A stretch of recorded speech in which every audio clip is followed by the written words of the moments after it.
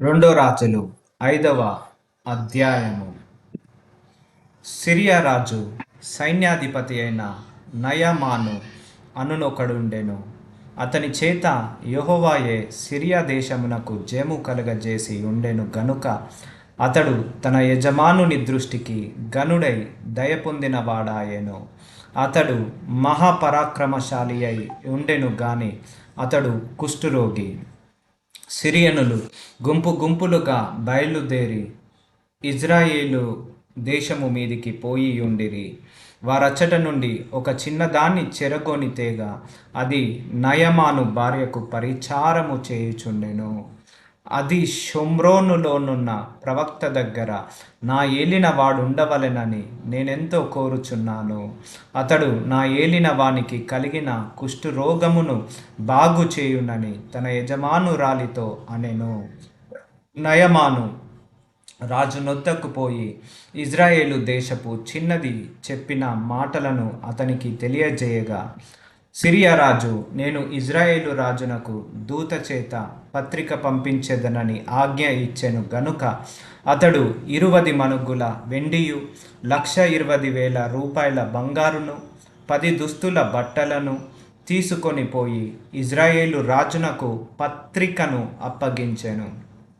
ఆ పత్రికలో ఉన్న సంగతి ఏదనగా, నా సేవకుడైన నయమానునకు కలిగిన కుష్ఠరోగమును నీవు బాగు చేయవలెనని ఈ పత్రికను అతని చేత నీకు పంపించి ఉన్నాను. ఇజ్రాయేలు రాజు ఈ పత్రికను చదివి వస్త్రములు చింపుకొని చంపుటకును బ్రతికించుటకును నేను దేవుడనా? ఒకనికి కలిగిన కుష్ఠరోగమును మాన్పుమని నా యుద్ధకు ఇతడు పంపుట ఏమి? నాతో కలహమునకు కారణము ఇతడు ఎట్లు వెదుకుచున్నాడో మీరు ఆలోచించుడనెను. ఇజ్రాయేళ్ల రాజు తన వస్త్రమును చింపుకొని సంగతి దైవజనుడైన ఎలీషాకు వినబడినప్పుడు, అతడు, నీ వస్త్రములు నీవెందుకు చింపుకొంటివి?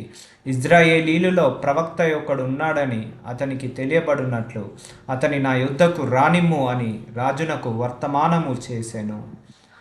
నయమాను గుర్రములతోనూ రథములతోనూ వచ్చి ఎలీషా ఇంటి ద్వారము ముందర నిలిచి ఉండగా, ఎలీషా, నీవు యోర్దాను నదికి పోయి 7 మారులు స్నానము చేయుము, నీ ఒళ్ళు మరల బాగై నీవు శుద్ధుడవగుదువని అతనితో చెప్పుటకు ఒక దూత పంపెను.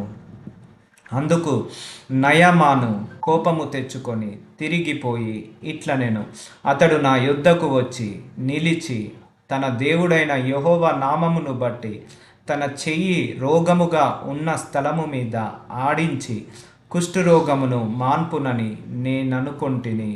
దమస్కు నదులైన అబానాయును ఫర్పరును ఇజ్రాయేలు దేశంలోని నదులన్నింటికంటే శ్రేష్టమైనవి కావా? వాటిలో స్నానము చేసి శుద్ధి నొందలేనా అని అనుకొని రౌద్రుడై తిరిగి వెళ్ళిపోయెను. అయితే అతని దాసులలో ఒకడు వచ్చి, నాయన, ఆ ప్రవక్త ఏదైనా ఒక గొప్ప కార్యము చేయమని నియమించిన ఎడల నీవు చేయకుందువా? అయితే స్నానము చేసి శుద్ధుడవు కమ్మను మాట దానికంటే మేలు కాదా అని చెప్పినప్పుడు, అతడు పోయి దైవజనుడు చెప్పినట్లు యోర్దాను నదిలో 7 మార్లు మునగగా అతని దేహము పసిపిల్ల దేహము వలెనై అతడు శుద్ధుడాయెను. అప్పుడు అతడు తన పరివారముతో కూడా దైవజనుని దగ్గరకు తిరిగి వచ్చి అతని ముందర నిలిచి, చిత్తగించుము, ఇజ్రాయేలులోనున్న దేవుడు తప్ప లోకమంతటి అందును మరి ఒక దేవుడు లేడని నేను ఎరుగుదును.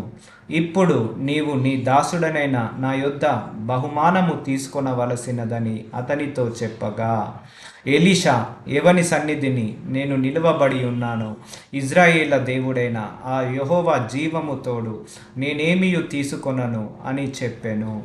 నయమాను అతనిని ఎంతో బతిమాలినను అతడు ఒప్పకపోయెను. అప్పుడు యెహోవాకు తప్ప దహన బలినైనను మరి ఏ బలినైనను ఇతరమైన దేవతలకు నేనికను అర్పింపను. 2 కంచర గాడిదలు మోయుపాటి మన్ను నీ దాసుడనైన నాకు ఇప్పించకూడదా? నా యజమానుడు మొక్కుటకు రిమ్మోను గుడిలో చొచ్చి నా చేతి మీద అనుకొనున్నప్పుడు నేను రిమ్మోను గుడిలో నమస్కారము చేసిన ఎడల రిమ్మోను గుడిలో నేను నమస్కారము చేసిన సంగతిని గూర్చి యెహోవా నీ దాసుడనైన నన్ను క్షమించును గాకని నయమామును చెప్పగా, ఓ ఎలీషా నెమ్మది కలిగి పొమ్మని అతనికి సెలవిచ్చెను. అతడు ఎలీషా యొద్ద నుండి వెళ్ళి కొంత దూరము సాగిపోయెను. అంతటా దైవజనుడైన ఎలీషాకు సేవకుడగు గెహాజీ సిరియనుడైన ఈ నయామును తీసుకొని వచ్చిన వాటిని అంగీకరించుటకు నా యజమానునికి మనస్సు లేకపోయెను గాని యెహోవా జీవము తోడు నేను పరుగెత్తుకొని పోయి అతని కలుసుకొని అతని యొద్ద ఏదైనాను తీసుకొందుననుకొని నయమామును కలుసుకొనుటకై పోవుచుండగా నయమామును తన వెనుక నుండి పరుగున వచ్చుచున్న వానిని చూచి తన రథము మీద నుండి దిగి వానిని ఎదుర్కొని క్షేమమా అని అడిగాను. అతడు క్షేమమే అని చెప్పి, నా యజమానుడు నా చేత వర్తమానము పంపి ప్రవక్తల శిష్యులలో 2 యవనులు ఎఫ్రాయిము మన్యము నుండి నా యుద్ధకు ఇప్పుడే వచ్చిరి గనుక నీవు వారి కొరకు 2 మనుగుల వెండియు 2 దుస్తుల బట్టలను దయచేయుమని సెలవిచ్చుచున్నాడనెను. అందుకు నయమాను నీకు అనుకూలమైతే రెట్టింపు వెండి తీసుకొనమని బతిమాలి 2 సంచులలో 4 మనుగుల వెండి కట్టి 2 దుస్తులు బట్టలనిచ్చి తన పనివారిలో 2 మీద వాటిని వేయగా వారు గెహాజీ ముందర వాటిని మోసుకొని పోయిరి. మెట్లు దగ్గరకు వారు రాగానే వారి యొద్ద నుండి గెహాజీ వాటిని తీసుకొని ఇంటిలో దాచి వారికి సెలవీయగా వారు వెళ్ళిపోయిరి. అతడు లోపలికి పోయి తన యజమానుని ముందర నిలువగా ఎలీషా వానిని చూచి, గెహాజీ నీవెచ్చట నుండి వచ్చితివని అడిగినందుకు వాడు నీ దాసుడనైన ఎచ్చటికి పోలేదనెను. అంతటా ఎలీషా వానితో, ఆ మనుష్యుడు తన రథము దిగి నిన్ను ఎదుర్కొండకు తిరిగి వచ్చినప్పుడు నా మనస్సు నీతో కూడా రాలేదా? ద్రవ్యమును, వస్త్రములను, ఒలివ చెట్ల తోటలను, ద్రాక్ష తోటలను, గొర్రెలను, ఎడ్లను, దాసీలను సంపాదించుకొనుటకు ఇది సమయమా? కాబట్టి నయమానునకు కలిగిన కుష్టు నీకును నీ సంతతికిని సర్వకాలము అంటియుండును అని చెప్పగా వాడు మంచు వలె తెల్లనైన కుష్టుము కలిగి ఎలీషా ఎదుట నుండి బయటికి వెళ్ళెను.